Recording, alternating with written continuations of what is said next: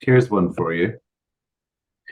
Would you be able to describe the journey of our relationship in 7 words? Sure. The very beginning of it was when I saw you in the restaurant. I was with Chris, Oh yeah, forgot about that one. Yeah. and because of his recommendation that I should meet you, any natural diffidence or resistance that I might normally feel when meeting a stranger was dealt with pretty much. Nevertheless, two men were meeting, and you were formal to an extent. I was formal to an extent.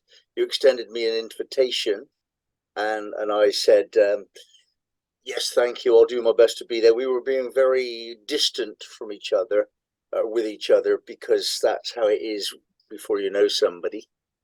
And Hmm. that invitation was for me to join the jamming group, um, which is a shared interest we have. So we're moving from no, the first disinclination to be open and warm-hearted immediately.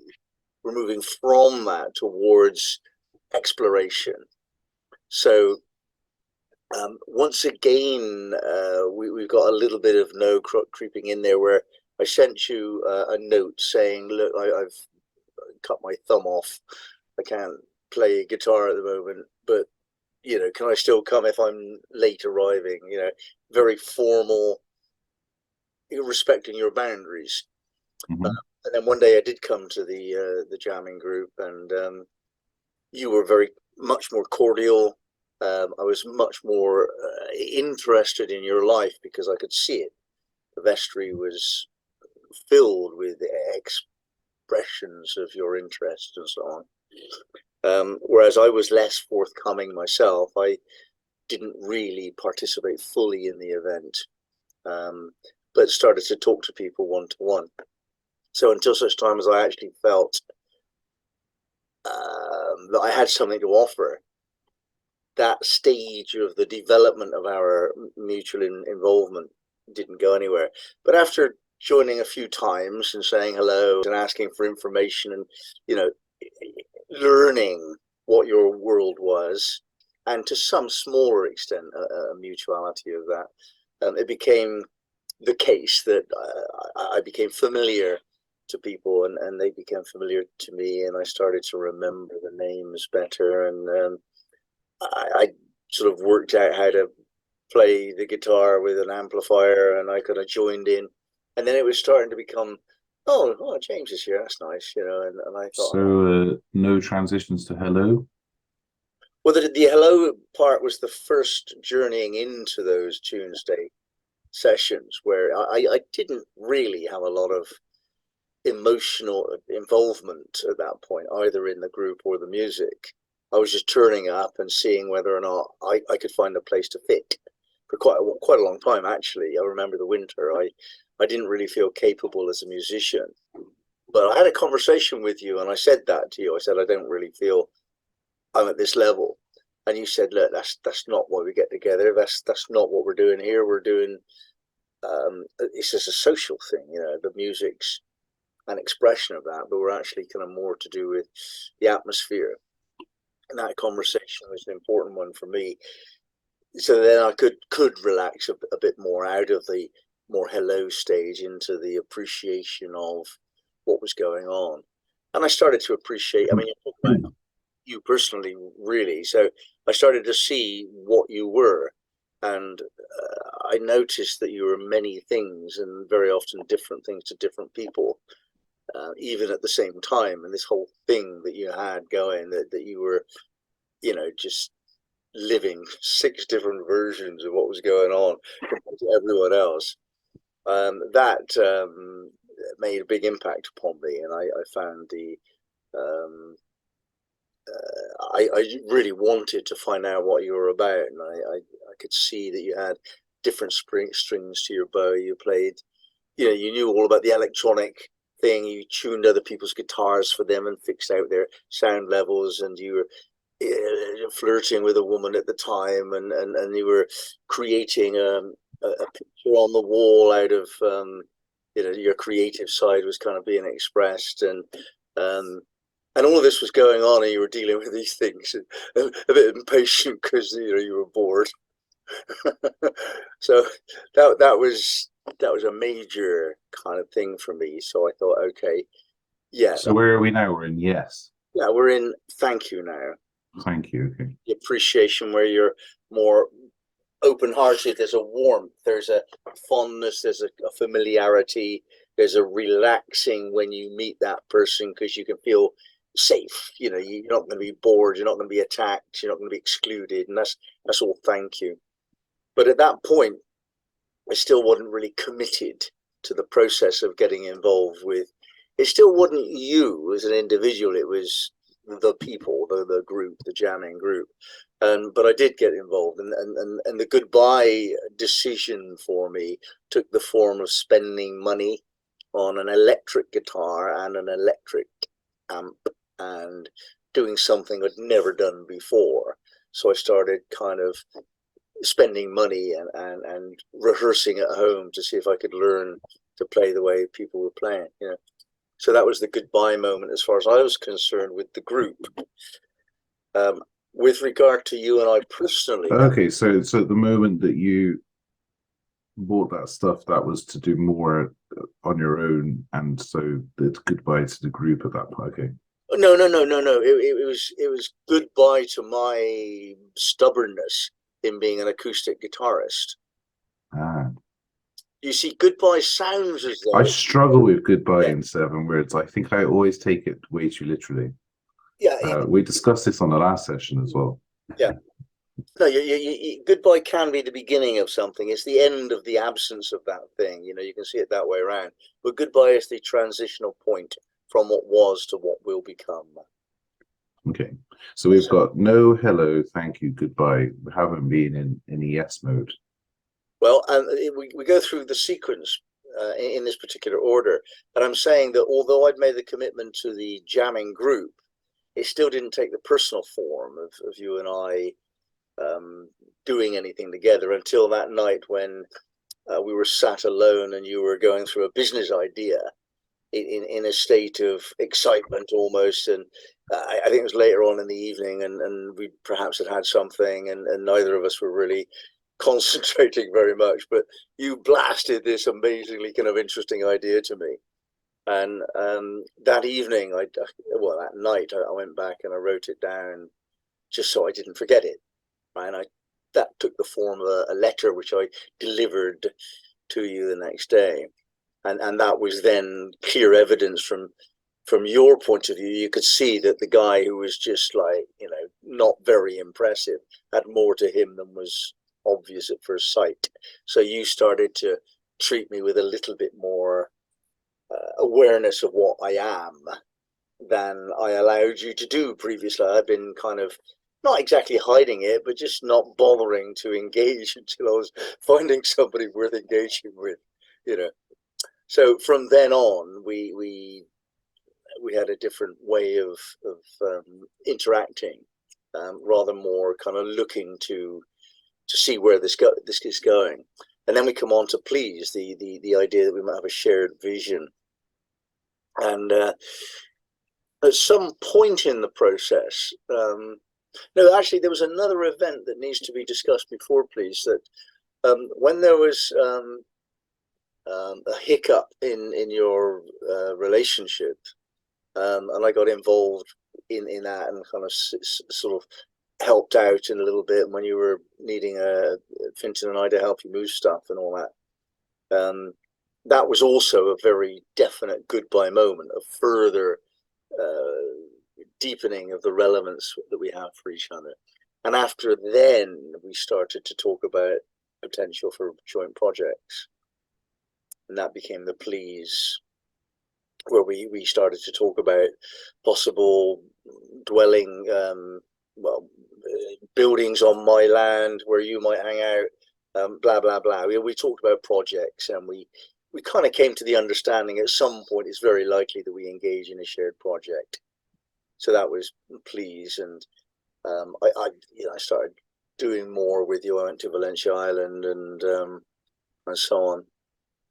We also missed out the me disappearing to Greece for 2 years. I would say that I hadn't really embraced you as an important part of my life until you came back. When you came back, it was coming up close to my birthday, and you invited me across for a birthday breakfast or something of that type occurred. But you made a definite statement. Yeah, come on, like I want James to be a part of whatever's next, you know, and that took the form of that gesture. And I think at that point, we were ready then to enter into the please sort of mode, and the intention you had was knocked sideways by Sasha's birth and all that has followed from that time until now, and so there is this sense in which we're just checking out with each other. Is there anything going on here for which I need to apologize or feel a bit embarrassed? You know, we keep on asking ourselves that question of ourselves and of each other, and like, is this still okay? I know I said that and I didn't do that, and and I'm thinking, well, I know I turned up and fell over drunk. I wonder if that's upset anybody. We're aware that we don't really want to upset each other, and that's the sorry part of it. Oh, this is the sorry. Okay. And the fact that we actually haven't got upset ever, the yes of it is just like, whatever. If this is going on indefinitely, then things will come up and down and in and out, and whatever's working here. Does yes exist throughout? It's what I've done is described it in a sequential way, as though it were building upon the last stage and the last stage. And I think that's important to know that is a one way of seeing all of this. However, there's also this idea of a cosmology, that which understands and explains the universe, can apply to every single micro bit of it. So the 7 words is a cosmology. We're attempting to explain everything in 7 bits. So that must apply to everything. So you could say, what was the 7 words of the first evening that I met? And we go back to Marquez and so on, and that half an hour kind of session, there'd be 7 words of that. So I've just looked at it as a total question. Yeah, it's a fractal tool, really, isn't it? It's fractals, yeah. I mean, like that. You can look at it on a micro scale or a macro scale. Yeah. You just zoom out on the time frame and apply it in 7 words. Exactly so. Yeah. You can do the 7 words of each of the 7 words. That blows your mind. Yeah. Richard and I used to get really hung up on this, because he would say, well, it's sorry, and I would say, well, it's hello, and we both be really confident, and neither was wrong. But we kind of came to this understanding that at one level, it's let's say, for example, the Cornish are pretty disappointed that their ferry is broken and they want to do something about it, so they make a decision to build a bridge across the Tamar. So they were saying no to the fact that they can't cross the Tamar. So the whole thing's about, no, we're not swimming. But then you have to find a decision about a bridge or a ferry boat or a hovercraft, and so that's the goodbye of the no. And then, having said the goodbye, we're not doing hovercrafts or bridges, or sorry, ferries, we're doing bridges. Then you look for a project manager, and so the project manager would be the please energy that is responsible for getting the bridge built. And then he appoints a secretary who's his thank you, to soften his life, to make some cups of tea, and to take the sting out of life. And his secretary has an agenda. She wants a promotion, and so her request for a promotion is the please of her, which is the thank you of him, which is the please of the project, which is goodbye of the no. So you've got all of those different levels. And if you actually focus on a different level, you're probably going to get a different word. Cool. Can you have a no of a no? Say again? Can you have the no of the no? Or do you only apply 6 words when you're Yeah, doing? yeah. Let's say, for example, this no, the first no we're talking about is no, I'm not swimming across the Tamar. Okay, we will call this the Tamar Crossing Project, and that's named it. It's not any other project. It's not an idea. It's not anything else. It's the Tamar Crossing Project, and that is the no of the no. Okay. And if you said, right, I'm going to print that in font 10 in Comic Sans, that would be the no of the no of the no. You know, you just define it more and more clearly. It's a fractal, as you say. Yeah. Cool. Very interesting. Interesting as well how when two people are on a journey together, the sequence might not always be the same, right? Because your journey started with the no, but then my journey with you started with an invitation. Invitation, is it please or is it hello? It's a good question. I mean, it could be either. Mhm. I think Depends it's on more of what. a hello in our context. Yeah, the context is what makes the difference. But you know, if I'd said to you, "Who the fuck do you think you are sitting down here taking this bloody?" You know, you'd have said, "Excuse me, I, I, I don't think we've been introduced," or something very English. You know, excuse Yeah, me, sir. You know, and that would be a slap in the face. You know, that would be no. You don't get to talk to me like that until you know me better. You sure. know, it was there but implied. Many of these words are present but implied. If you're really masterly at all of this, you won't need to say any of those words. If your no is one of the strongest I've come across, and you don't need to speak it. You can just look at someone. Well, my daughter's no is 10 times stronger. I can tell you that. Well, that's how you develop yours. You know, you're not going to learn except from a master, are you? Mm. She's a master and she's only 2. So you talk a lot about the 7 words being sequential. Do you find that when the sequence is because the sequence there is a set sequence that's the optimal sequence, right? Yeah, And as it's the well. sequence that you've basically just been through. Yeah. So do you find that relationships quickly get broken when they diverge from that sequence? Yeah, of course they do. You go to the Friday night square pint, and you don't go through any of the total processes. You more or less say to any woman that isn't ugly, "Do you want to come home with me tonight?" And she'll say yes or no, and that's the relationship, you know. And it starts with yes, basically, yes, I'll have sex with you, you know, and it's absolutely not okay. I could say all the other stages leading up to that, but the concentration is on that one thing. Please, can I have sex? Yes, that's the formula that's going on, and it's just not enough. It doesn't work. It So doesn't. relationships starting with yes and please, particularly fragile. Yeah, exactly. Okay. Yeah, I agree with that. And there must be some sequences that are a little bit more tolerant uh, than others, like where the order, the change of sequence order is not as critical, and it is, I guess, recoverable. yeah, absolutely. We mustn't really see it as a sequence. It's just taught as a sequence. And these 7 words relate directly to the 7 planes of consciousness, which are in a definite sequence. So the Yeah. grossest energy is no, it's the earth plane.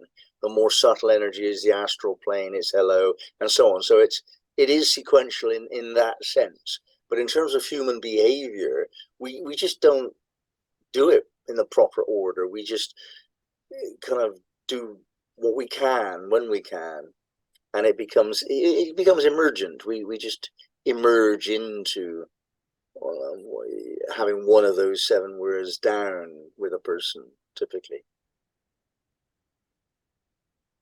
You know, it must be very interesting to imagine that you could get 2 people who meet and start their relationship with yes or please or both.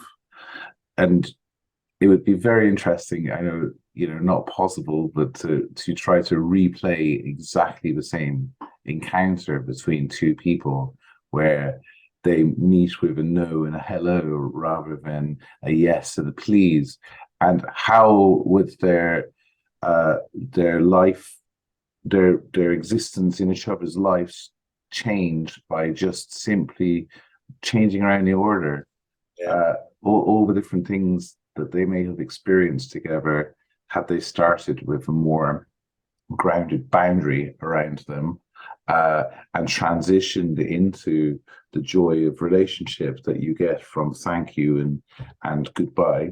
um, it could be a completely different set of events. Yeah, I think no is in place on the biological level because women just cannot carry on having babies for strange men, and Hmm. that's a biological thing.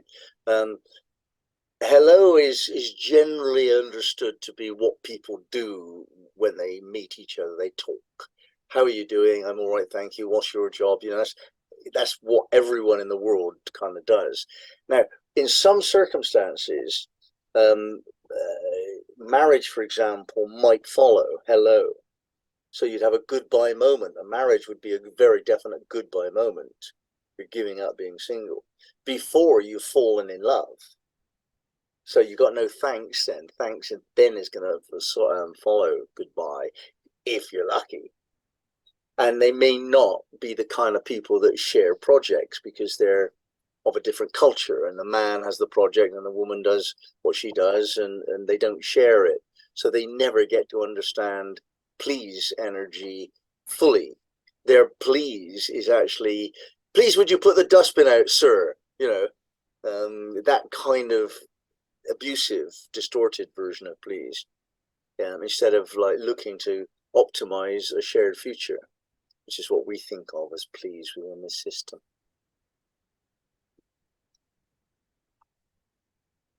Nice. So please can be as malevolent as it can be positive. I don't ever do it. I mean, if you're a bully, then you're doing please energy in a distorted form. Let's call it distortion, or something not malevolent, not really, but yeah, it could be. I mean, the answer is yes, it could be.